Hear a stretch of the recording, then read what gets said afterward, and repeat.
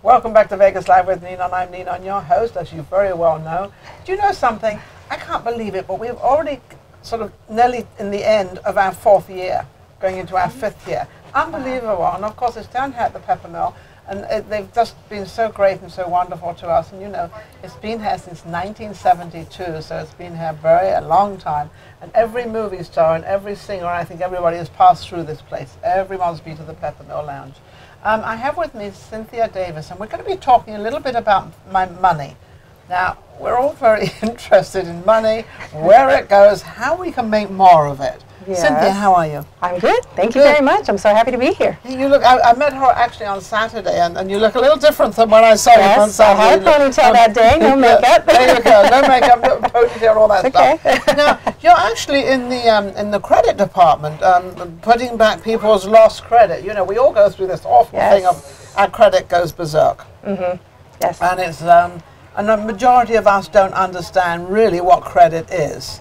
A lot of people want to pay things off, and then they end up with no credit. Right, exactly. So, what's the main thing right now in coming up to 2020 in our credit? Where are we going to, and what's going on?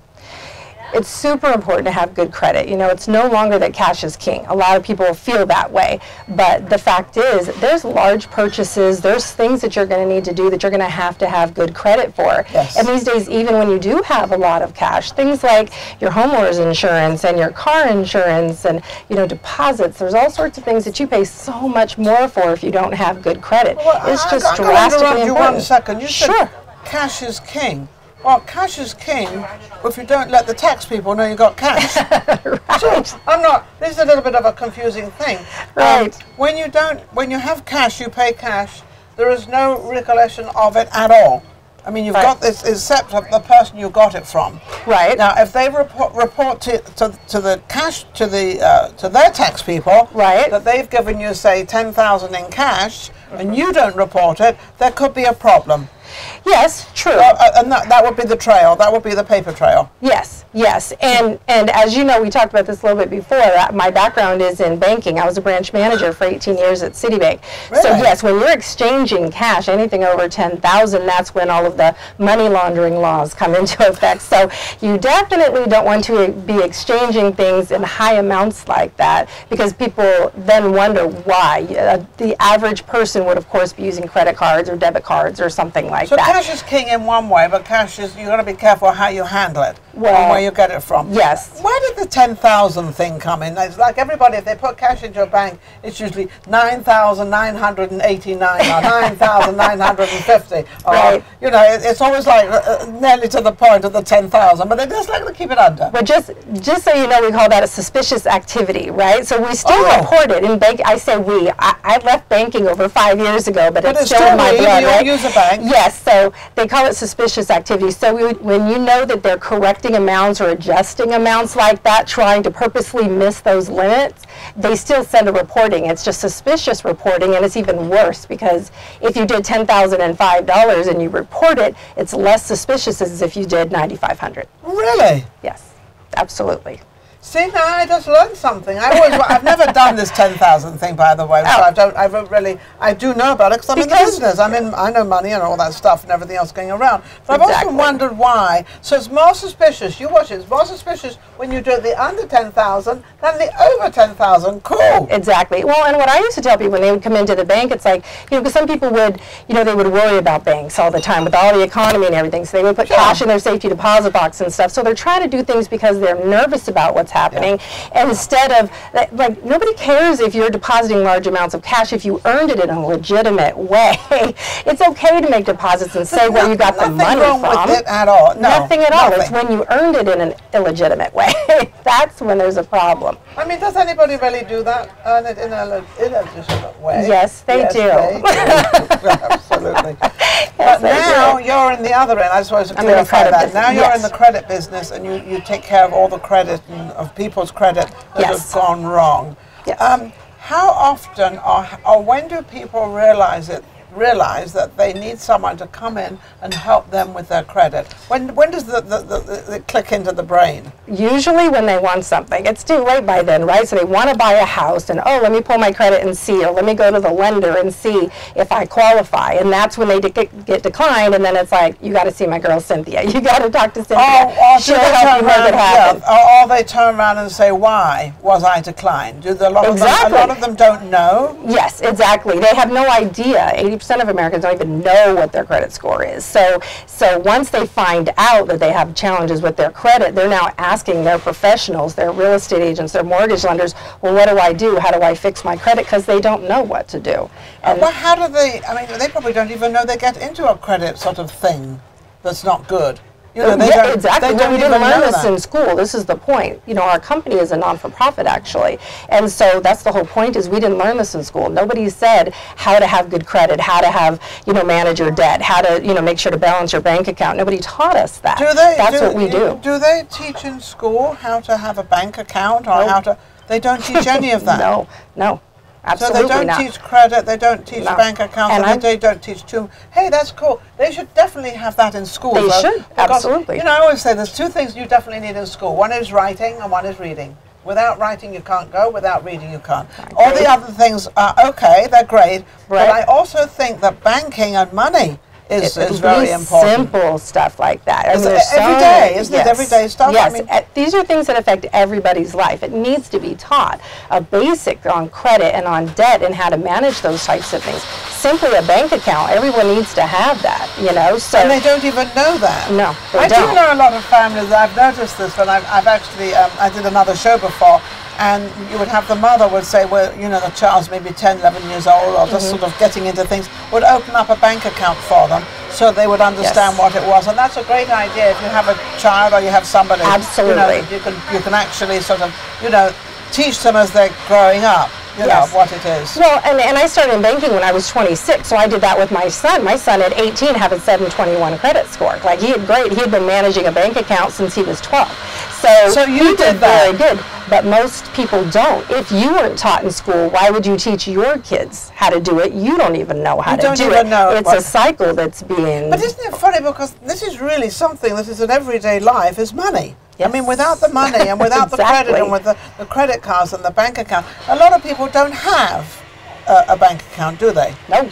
They have prepaid cards, they pay cash, right? That's it. Yes. That's all they do. They go and they get a money order and they pay their bills. That's it. And then that's how it is. So now, what is the thing you come across, I guess mostly or whatever, in bad credit? What is the thing that really stands out, that hits every single time? You know, the most common is collections, and the most common of collections is medical.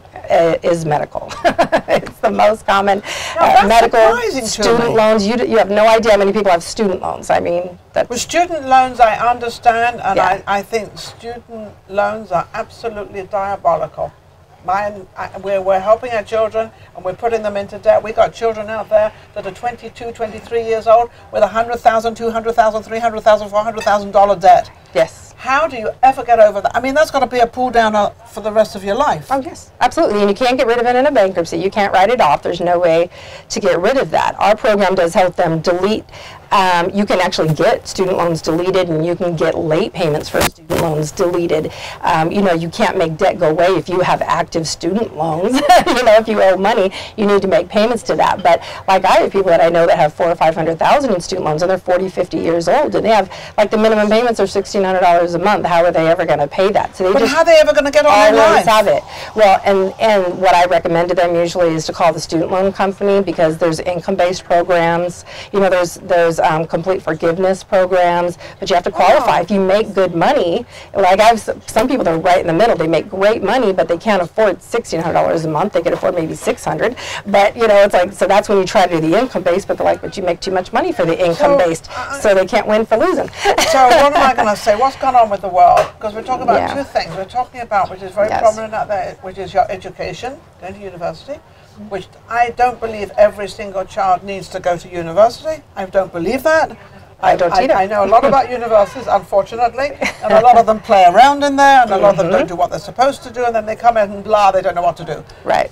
And secondly is this medical thing. Now, you know, what's going on with a basket full of pills, which is like you've got 10 pills to take, all these 10 pills in the morning and at night. So, and the medical situation has gone totally berserk as far as I'm concerned. Yeah. So what do you do about the medical? How does anybody get rid of their medical? Well, the beauty of our program is it doesn't matter what it is. It can be a student loan, it can be a bankruptcy, it can be a foreclosure, a medical, any negative item, because we do it based on the law. The law says if there's a negative item on your credit report, any negative item, you have the right to make that creditor prove that it's really yours. Doesn't matter if it's yours or not. The law says if it's on the credit report, you can make that creditor prove it's yours. So what we do is we pull their credit, we find out what all the negative items are, and we aggressively dispute every negative item on all 3 credit bureaus, and we do that every 60 days. Every 60 days? And all you need is one time for them to not respond with the proper proof, not respond within the 30-day deadline, and it's deleted. They can never put it on there again. Okay, so you're talking about that is not your client, that is who they've done business with. And if the people they've done business with don't come back to you within the certain amount, 30 days you said, if they don't come back to you, say, and they dispute it, either way or the other, whichever, then it just goes away? Exactly, but it's through the credit bureaus. Yes. So that's the beauty of it, is that the Fair Credit Reporting Act says that the credit bureaus are the ones that you dispute it with. So we create the letters, they're legal letters, they have all the information, we do all of the work for the client, all the client has to do is sign it. So at that point, the credit bureaus have to work with the creditors for 30 days, and then if they don't respond within 30 days or don't supply the proper proof, it's deleted, that's it. Okay, so what's all this with Transamerica and all these TransUnion? TransUnion. Uh-huh. What are with, there what, 4 of them or something? There's 3, TransUnion, Equifax, and Experian. And what do they exactly do? Because they come out, they pop up and they say, your credit is better now, this week, but it's not as good as it was last week. It's a moving target, and I get it. It's a moving target. Okay, yeah. You can never win. Well, and what's important to understand is there are 3 separate privately held billion-dollar companies. When people hear bureaus, they often think it means a government agency, and it's not. They're privately held companies. Yeah, but they actually conduct whether you can go forward or not. Oh, absolutely. They're in all of our lives. Those 3-digit numbers control all of us, whether we want it or not. And that's why it's so important that people know and understand how this works. So, but they are each individual, so creditors have the ability to report to 1, 2, or all 3 because they have to pay them. Yes. They're in the business of making money. They're not in the business of making sure our credit files are correct. Well, and again, so most people don't realize that. They think they're either not-for-profit or government agencies. They're neither. They're profit agencies. So these 3 agencies make money on us? Yes, and their interest is in selling your credit files to companies that want to extend you credit. You know, all that direct mail you get, they're interested in selling your credit reports. That's right, because if I want, like I just bought a couple of things, and they had to go through my credit report. Right. And some say, well, we won't touch your credit report, and won't come up on the, because when you have your credit report checked every so, it brings you down. Right. A hard inquiry does. Does that make sense? Yes, right. If you want to go up and it brings you down. Right. Exactly. Well, and that's the thing. If you know the rules, you can play the game, and that's the problem. Is that most people don't know the rules. Exactly. I know some rules. I don't know all the rules. No, I don't. No, I'll be the first one to say that. But why does that happen? You know, you can't buy it unless you have a report. And you get a report, and then it's going to affect your credit. Right. Well, that's why credit monitoring is so important. It's part of our program, by the way, but every person needs to have credit monitoring. Whether you have great credit, you need to monitor your credit. You need to always know 24/7 what's going on with your credit, whether it's going up or down, what's my score today. Because, first off, because of what I said about the credit bureaus, the fact that they don't check things when things go on your credit report. They're supposed to, right? Yes. If Macy's puts a late payment on your credit report, they're supposed to make Macy's prove that you were really late, but they don't because they make money from Macy's when they do that, right? So they don't do the things they're supposed to do, right? So that's why these disputes force them to do what the law says they have to do. So you need to monitor, because if your social is 1 digit off from mine, I can have negative stuff on my credit report that should go on yours. That's right. There's so many errors. Somebody punches in wrong. Yes. 80% of people have errors on their report that aren't even theirs. But people aren't watching their credit. they're not monitoring it, so they're paying more for stuff and it's not even their stuff. That's funny because I was doing modifications. You know, I had a lot of real estate, so I was doing all these modifications, trying to get the payments down and everything else. Right. And that really messed everything up. Oh, yes, it does. And this messed so much stuff up, and Fannie Mae and all this stuff, you know, that messed everything up too. I mean, I do know about all this stuff, so because I'm in the business. Right. And also, I did have a credit company at one time, but I don't know, we kind of went away. What is the basics or the main thing that anybody should know out there about why they should contact you and find out about their credit report and the reasoning why they should do that? Right. Really, for financial education, number one, if you realize you don't know what your score is, you want to put yourself in a position to buy a house, to save money every month. I mean, if you're paying high interest rates on your car, if you're renting and you want to be able to purchase, you know, just to be able to get in a position to save money every month so that you can save for your college education for your kids. There's a lot of reasons. There's so many things within our program that we can do to help people. And is there a way out there where they feel if they do come to you, they can start sort of saving money in different places by what they're doing? Because I know that we pay for a lot of stuff out there that we really should not be paying for or not understanding, and such as there's people that, you know, you can buy something and if you don't read the fine writing there, you're going to be charged every month, and then you can actually get that back if you don't understand it and the whole thing. So, you know, so what is the main things they should look for, or why should they come to you? Okay, so in our program there's several things. So there's 12 services in total, and again, we're a non-for-profit agency. It's leading with education. We do have the credit restorations to help them get the negative things off. Comes with the credit monitoring, because everybody needs to monitor their credit. Comes with identity theft protection. We could talk for an hour on identity theft protection alone. Comes with the but I got a couple of other guests. Right, absolutely, I'm just saying. Right. But it comes with, what do I need to do to build positive credit? What do I need to do to pay down debt? Literally, it's all inclusive. It's all inclusive as one thing. Yeah, but they can just call me and we can talk about their situation, and if it's a good fit, I'll make the recommendation. If there's a place that's better suited, I'll refer them. One more thing, are you very expensive, or are you a monthly thing, or are you something that comes in for 6 months or a year? How do you do that package? Very affordable. Again, non-for-profit, so it's much less expensive. Most credit repair agencies are thousands of dollars. When you pay monthly, it's usually a large down payment, a couple $100s a month at least. Ours is only $89 a month.